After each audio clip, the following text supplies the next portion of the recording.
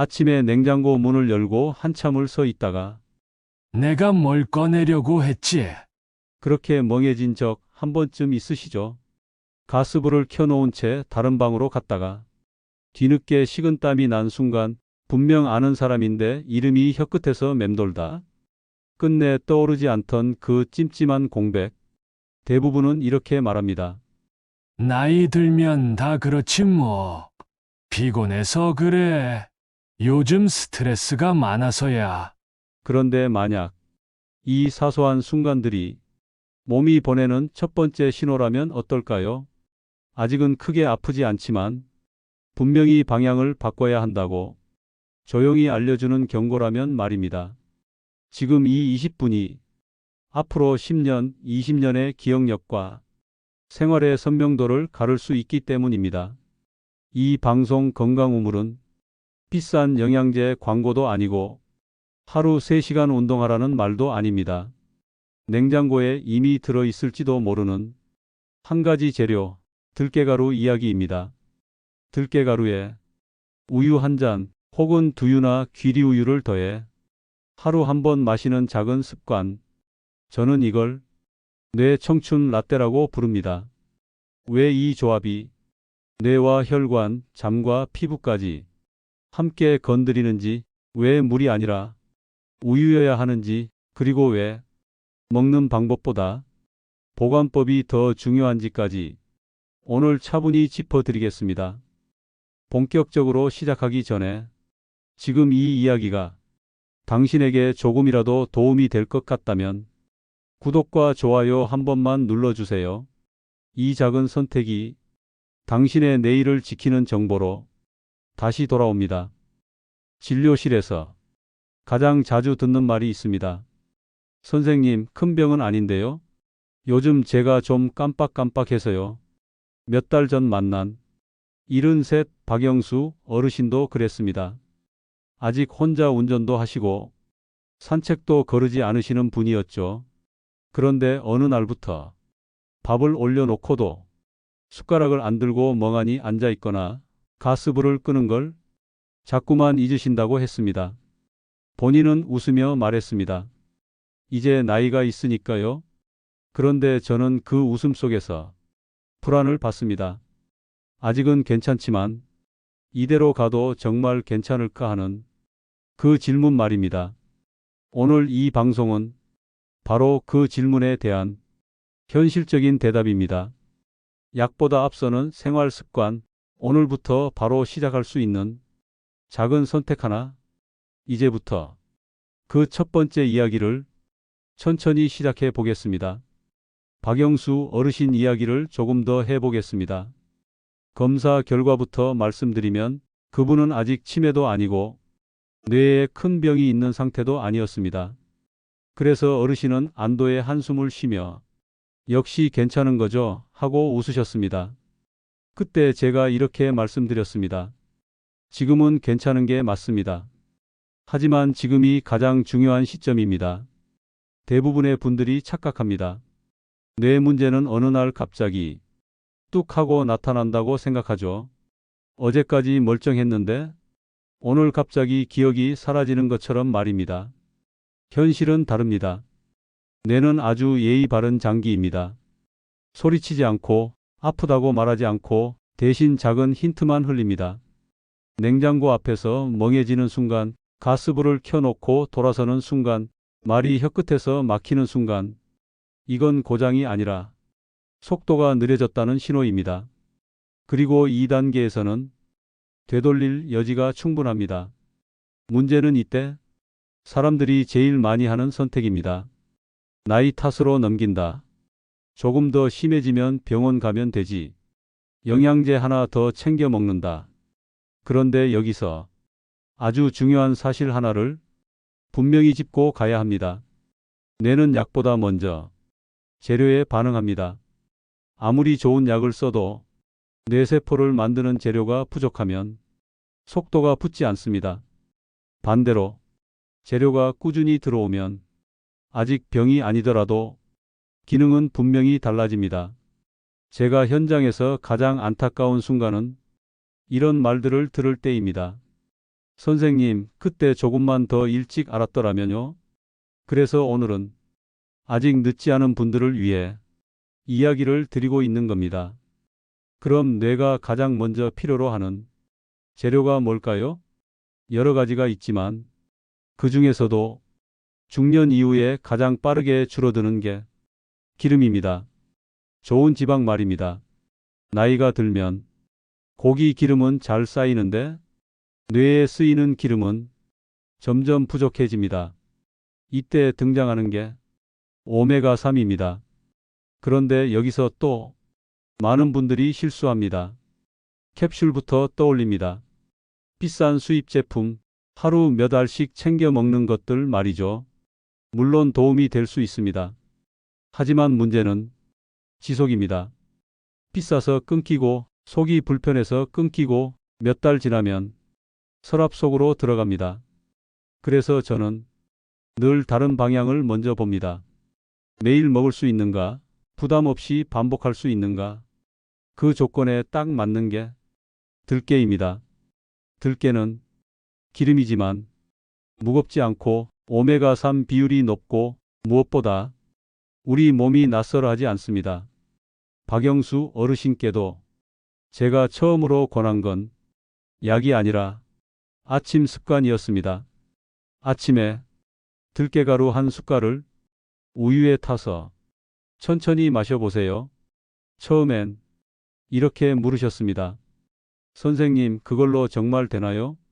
그래서 제가 웃으면서 이렇게 답했습니다. 이건 약이 아닙니다. 방향입니다. 들깨가루 이야기를 하면 꼭 이런 질문이 나옵니다. 선생님, 물에 타 마셔도 되지 않나요? 아니면 주스에 섞으면 더 좋지 않나요? 결론부터 말씀드리면 마실 수는 있습니다. 하지만 효과의 방향은 다릅니다. 이유는 간단합니다. 뇌가 쓰는 영양은 물에 잘 녹는 성분보다 지방과 함께 들어올 때 제 역할을 합니다. 들깨의 핵심은 오메가3와 비타민 E입니다. 이 두 가지는 공통점이 있습니다. 지용성이라는 점입니다. 지용성이라는 건 지방을 타고 움직인다는 뜻입니다. 그런데 물에 타면 흡수율이 뚝 떨어집니다. 그래서 우유가 등장합니다. 우유는 단순한 음료가 아니라 운반 수단입니다. 우유 속의 지방이 들깨 속 오메가3을 감싸고 소장으로 데려갑니다. 그렇게 흡수된 지방은 혈관을 통해 뇌세포 막까지 도달합니다. 이 과정을 어렵게 외울 필요는 없습니다. 쉽게 말해 우유는 택시고 들깨는 승객입니다. 물은 걸어가라는 셈이죠. 두유나 귀리우유도 괜찮을까요? 네, 가능합니다. 단 조건이 있습니다. 무지방이 아닌 것, 너무 묽지 않은 것, 지방이 조금이라도 있어야 오메가3과 기를 잃지 않습니다. 여기서 또 하나 중요한 포인트가 있습니다. 바로 속도입니다. 뇌는 한꺼번에 많은 영양을 처리하지 못합니다. 그래서 한 숟갈이면 충분합니다. 많이 먹는다고 더 좋아지지 않습니다. 오히려 더부룩하고 설사로 이어질 수 있습니다. 제가 박영수 어르신께도 분명히 말씀드렸습니다. 욕심내지 마세요. 매일 한 숟갈이면 됩니다. 그리고 또 하나, 꼭 아침일 필요는 없습니다. 다만 공복에 가까울수록 흡수는 더 좋아집니다. 아침이 힘들면 잠들기 2시간 전도 괜찮습니다. 오히려 수면이 얕은 분들에겐 이 시간이 더 잘 맞기도 합니다. 이쯤 되면 이런 생각이 드실 겁니다. 이게 정말 뇌에만 좋은 건가요? 아닙니다. 뇌는 시작점일 뿐입니다. 오메가3는 혈관 안쪽의 염증을 차분히 가라앉히고 비타민 E는 세포가 늙는 속도를 늦춥니다. 그래서 머리가 덜 무겁고 손발이 덜 차고 피부가 덜 푸석해지고 변비가 완화되는 분들도 적지 않습니다. 박영수 어르신도 처음 느낀 변화는 기억력이 아니라 잠이었습니다.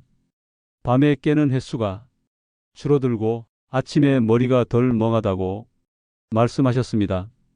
이건 우연이 아닙니다. 뇌가 안정되면 수면의 깊이도 자연스럽게 따라옵니다. 하지만 여기서 아주 중요한 경고를 드리지 않으면 안 됩니다. 들깨가루는 잘못 보관하면 약이 아니라 독이 됩니다. 여기서부터는 꼭 집중해서 들어주셔야 합니다. 제가 현장에서 들깨 이야기를 하다가 가장 많이 말리는 부분이 바로 이 대목이기 때문입니다. 들깨가 몸에 좋다는 말은 맞습니다. 하지만 상한 들깨가루는 몸을 조용히 망가뜨립니다. 문제는 상했는지 잘 티가 안 난다는 겁니다. 들깨가루는 기름 덩어리입니다. 그리고 기름은 공기와 빛, 열을 만나면 빠르게 산화됩니다. 산화된 기름은 냄새로 먼저 드러나기도 하지만 대부분은 아무렇지 않은 척합니다. 고소한 향이 조금 덜한 정도, 맛이 약간 텁텁한 정도. 그래서 대부분 그냥 넘깁니다. 하지만 이 상태의 기름은 혈관과 뇌에 전혀 도움이 되지 않습니다. 오히려 염증을 키우는 방향으로 작용할 수 있습니다. 제가 실제로 만난 76 이순자 어르신 이야기를 짧게 해드리겠습니다. 이분은 건강을 챙긴다고 들깨가루를 큰 통으로 사서 부엌 선반에 두고 2달 넘게 드셨습니다. 처음엔 괜찮았는데 어느 순간부터 속이 더부룩하고 머리가 더 무거워졌다고 했습니다. 검사를 해보니 약 때문도 아니고 다른 특별한 원인도 없었습니다. 그때 들깨가루를 확인해 보니 이미 산패가 상당히 진행된 상태였습니다. 그 순간 어르신이 하신 말이 아직도 기억에 남습니다. 몸에 좋다고 먹은 건데 왜 더 안 좋아졌을까요? 답은 단순합니다. 재료는 좋았지만 보관이 잘못됐기 때문입니다. 그래서 오늘 이 이야기를 들으시는 분들께 딱 3가지만 기억해 달라고 부탁드립니다. 첫째, 실온 보관은 절대 아닙니다. 들깨가루를 부엌에 두는 순간 시간과의 싸움은 이미 끝났다고 보셔야 합니다. 둘째, 냉장 보관도 완전하지 않습니다. 냉장고 문은 하루에도 수십 번 열립니다. 그때마다 온도와 습도가 들쑥날쑥해집니다. 이 환경은 기름에게 결코 안전하지 않습니다. 셋째, 가장 안전한 방법은 냉동 보관입니다. 들깨가루를 소분해서 지퍼백이나 밀폐 용기에 담아 냉동실에 두는 것. 이 방법은 번거로워 보이지만 효과는 확실합니다. 냉동 상태에서는 산화 속도가 거의 멈춥니다. 꺼내 쓸 때도 어렵지 않습니다. 한 스푼만 덜어 바로 사용하면 됩니다. 여기서 또 하나 많이들 묻습니다. 냉동했다가 먹으면 영양이 깨지지 않나요? 오히려 반대입니다. 상온에서 조금씩 망가지는 것보다 냉동으로 지키는 게 훨씬 안전합니다. 들깨가루는 신선할 때 비로소 뇌를 돕습니다. 이걸 놓치면 아무리 좋은 레시피도 의미가 없습니다. 이제부터는 가장 실천적인 이야기로 들어가겠습니다. 어렵지 않습니다. 오늘 들은 이야기를 내일 아침 그대로 옮기면 그걸로 충분합니다. 먼저 양부터 정리하겠습니다. 들깨가루는 밥숟가락으로 한 숟갈입니다. 깎아서 한 숟갈 수북하게 올리지 않습니다. 이 양이면 하루에 필요한 오메가3와 비타민 E의 방향을 충분히 잡아줍니다. 그 이상은 더 빠르게 좋아지지 않습니다. 몸은 계산보다 리듬에 반응합니다. 우유는 종이컵 기준 한 컵이면 됩니다.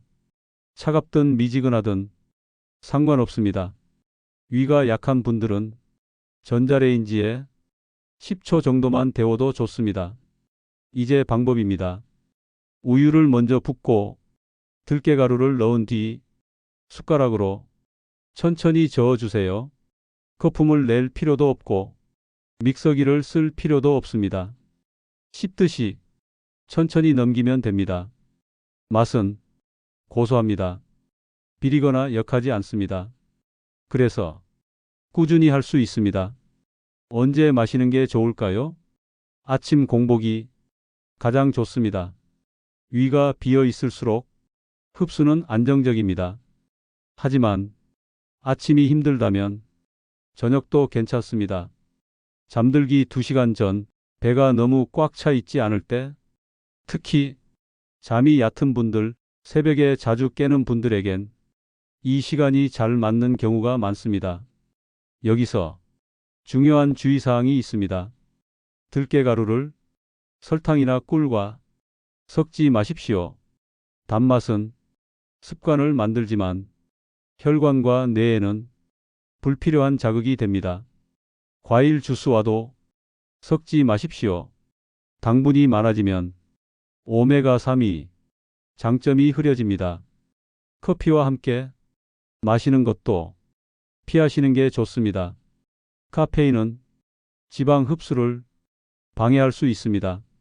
이건 건강 음료가 아니라 보약도 아닙니다. 매일 몸의 방향을 조금씩 돌리는 도구입니다.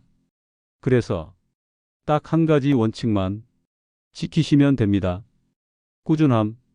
박영수 어르신도 처음에는 대단한 변화를 기대하지 않으셨습니다.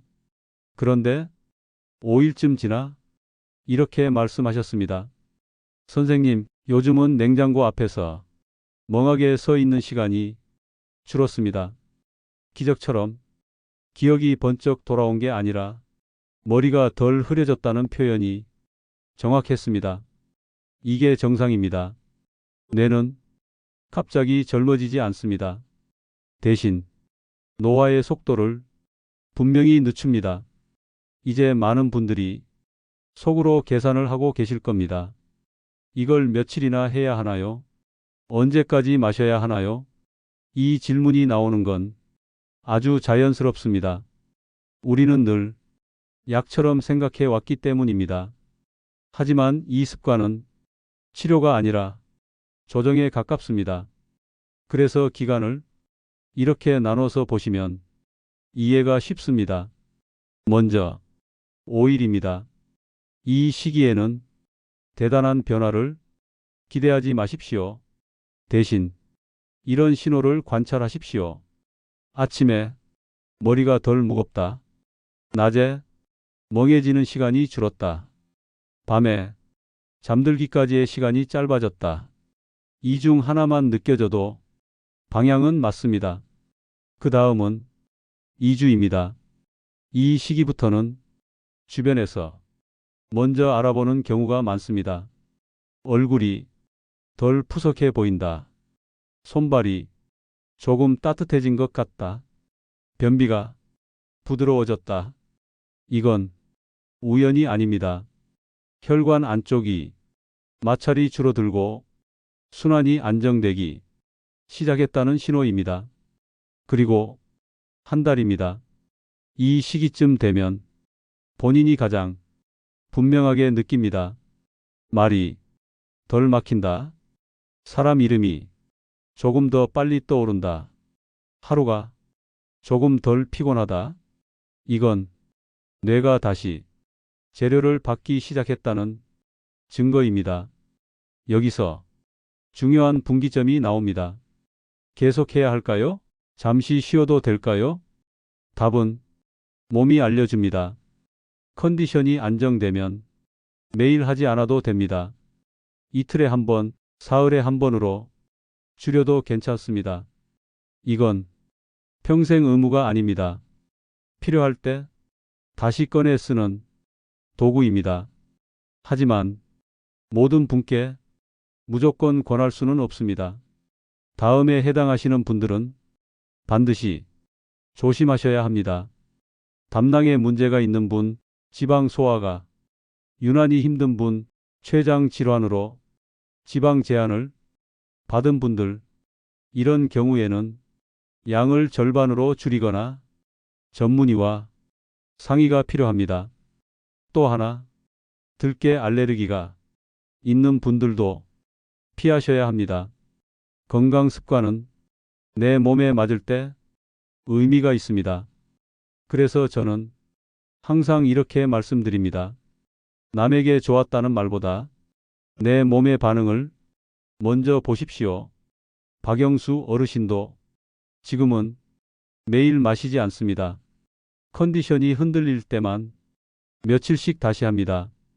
그런데도 가장 달라진 건 마음이라고 하셨습니다. 이제는 깜빡하는 순간이 와도 덜 불안하다고요. 내가 관리하고 있다는 감각이 생겼기 때문입니다. 이제 이야기를 마무리할 시간입니다.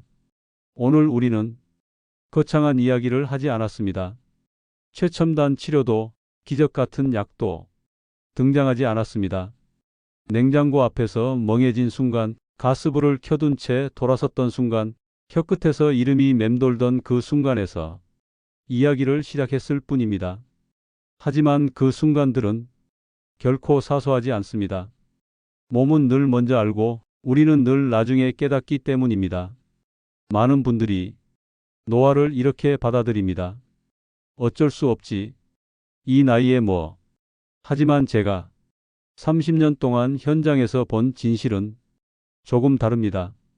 노화는 갑자기 덮치는 사건이 아니라 매일의 방향이 쌓인 결과였습니다.